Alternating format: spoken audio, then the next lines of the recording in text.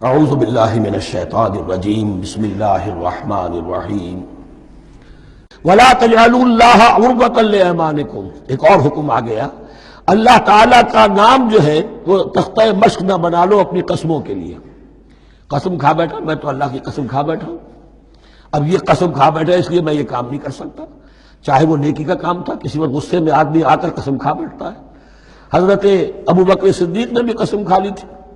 مصطح ان کا ایک ایسا تھا مسلمان غریب جس کی وہ مدد کیا کرتے تھے، لیکن مصطح بھی جب حضرت عائشہ پر تہمت میں ملوث ہو گیا تو حضرت ابو بکر نے قسم کھا لی کہ یہ بدبخت جس کی میں سرپرستی کرتا رہا یہ بھی میری بیٹی پر تہمت لگانے میں شامل ہو گیا، اب میں اس کی کبھی مدد نہیں کروں گا۔ یہ سورہ نور میں آئے گا، ان سے کہا گیا نہیں ایسا نہ کرو، تم اپنے نیکی کے دروازے کو کیوں بند کرتے ہو؟ قسم کھا لی، قسم کو کھول دو، کفارہ دو۔ وَلَا تَجْعَلُوا اللَّهَ عُرْضَةً لِأَيْمَانِكُمْ أَن تَبَرُّوا وَتَتَّقُوا، نیکی کا کام کرنے سے، تقویٰ کے کام سے رکنے کے لیے قسم کھا لینا۔ وَتُصْلِحُوا بَيْنَ النَّاسِ، اور اس سے کہ لوگوں کے مابین مصالحت کرو۔ اب آپ نے کسی دو بھائیوں کے درمیان جھگڑا تھا، مصالحت کی کوشش کی، آپ کی بات نہیں مانی گئی، اب اللہ کی قسم ہے صاحب اب میں آپ کے معاملے میں دخل نہیں دوں گا، اب میں تو قسم کھا بیٹھا۔ نہیں بھائی، اصلاح بین الناس جو ہے، اصلاح ذات البین، یہ کرتے رہو، اور ایسی قسم کھائی ہے اس کا کفارہ دے دو۔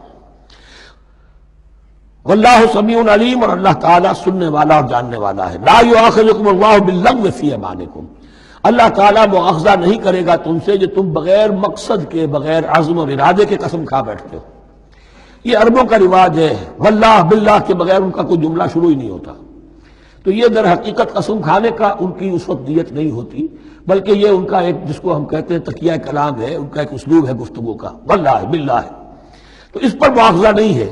وَلَٰكِن يُؤَاخِذُكُم بِمَا كَسَبَتْ قُلُوبُكُم، ہاں جو تم نے ارادہ کر کے، تمہارے دلی ارادے کے ساتھ جو تم نے قسم کھائی ہے، پھر اس پر مؤاخذہ ہوگا، اسے توڑو گے، اس کا ایک کفارہ ہے، وہ بعد میں آئے گا۔ وہ کفارہ جو ہے وہ پھر سورہ مائدہ کے اندر آ جائے گا۔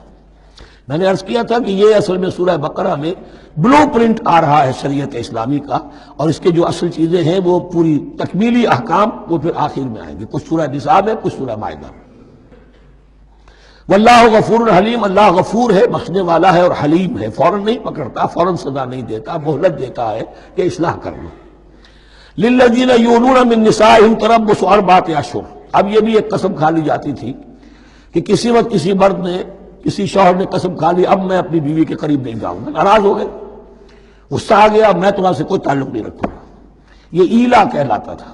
حضور نے بھی ایلا فرمایا تھا اپنی ازواج مطہرات سے جب انہوں نے کچھ زیادہ نفقے کا مطالبہ کیا تھا کہ اب عام مسلمانوں کے ہاں بھی خوشحالی آ گئی ہے تو اب ہمارے اوپر یہ سختی کیوں ہے، ہمارا بھی جو نفقات ہیں، ہمارا جو خرچ ہے، وظائف ہیں، بڑھائے جائیں۔ اس پر حضور نے پھر ایلا کیا، اس کا ذکر ہے وہ بعد میں آئے گا۔ لیکن وہاں عام طور پر لوگ قسم کھا کے بیٹھ جاتے تھے، اب قسم کھا لی ہے، پچھتا بھی رہے، کیا کرے، قسم کھا چکے، اب بیوی کے پاس کیسے جائیں؟ اب وہ بیوی معلق ہے، نہ وہ شادی شدہوں میں ہے اور نہ وہ علیحدہ ہے، آزاد ہے۔ للذین یولون من نسائہم تربص اربعۃ اشہر، 4 مہینے کے لیے تو وہ انتظار کیا جا سکتا ہے۔ فإن فاؤوا، اس دوران میں اگر وہ لوٹے، اپنی قسم کو ختم کرے اور رجوع کر لے، تعلق کے زن و شوق قائم کرے، فإن اللہ غفور رحیم، تو اللہ تعالیٰ غفور و رحیم ہے۔ وإن عزموا الطلاق، اور اگر وہ طلاق کا ارادہ کر چکے ہوں کہ واقعتاً اب ان سے سیپریشن ہی ہے، فإن اللہ سمیع علیم، تو اللہ تعالیٰ سننے والا، جاننے والا ہے۔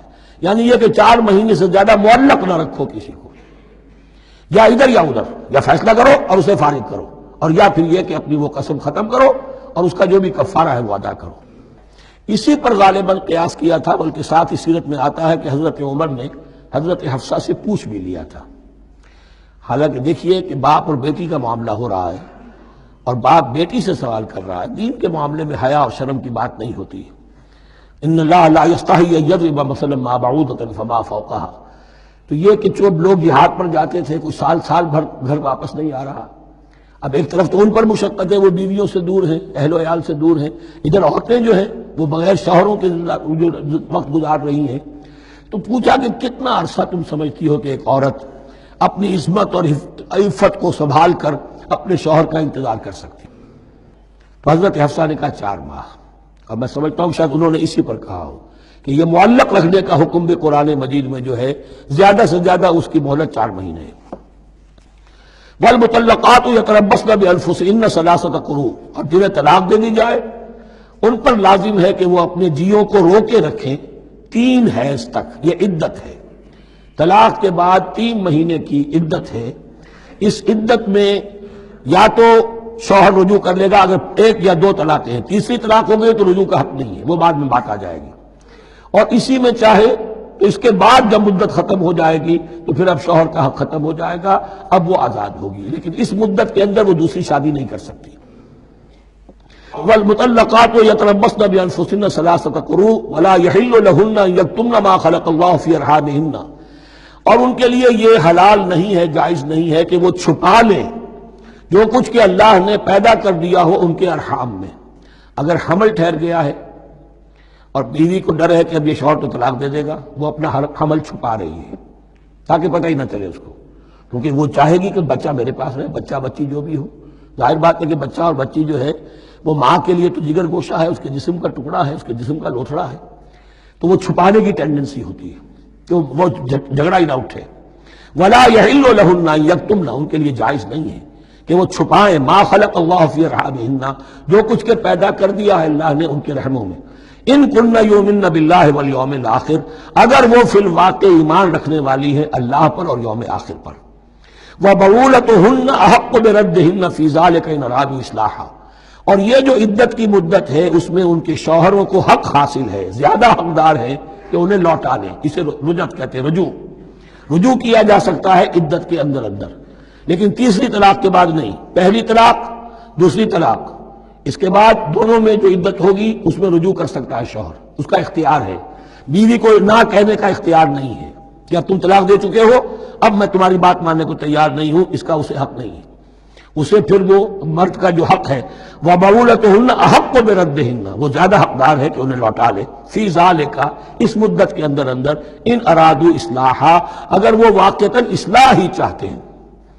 وَلَهُنَّ مِثْلُ الَّذِي عَلَيْهِنَّ بِالْمَعْرُوفِ، اور ان کے لیے حقوق ہیں جو کہ مناسبت سے ہیں ان کی ذمہ داریوں کے۔ وَلِلرِّجَالِ عَلَيْهِنَّ دَرَجَةٌ، اور مردوں کو ان پر ایک درجہ فوقیت کا، ایک درجہ فضیلت کا، ایک درجہ حقوق کا حاصل ہے۔ واللہ عزیز الحکیم، اور اللہ تعالی زبردست ہے اور حکمت والا ہے۔ یہ آیت اصل میں اس زمانے میں بہت مس انٹرپریٹ ہوئی ہے اور بعض مترجمین نے بھی ترجمہ غلط کیا ہے، یعنی اس کا یہ ترجمہ کرنا لہن مثل الذی علیہن، ان کے بھی حقوق مردوں پر ویسے ہی ہیں جیسے مردوں کے حقوق ہیں ان پر، تو یہ تو مساوات ہو گئی، اور مساوات جو اسلامی شریعت میں مرد اور عورت کے درمیان، شوہر اور بیوی کے درمیان نہیں ہے۔ مراد کیا ہے؟ لام اور اعلیٰ کا جو استعمال ہوتا ہے عربی میں، لام کسی کے حق کے لیے اور اعلیٰ کسی کی ذمہ داری کے لیے۔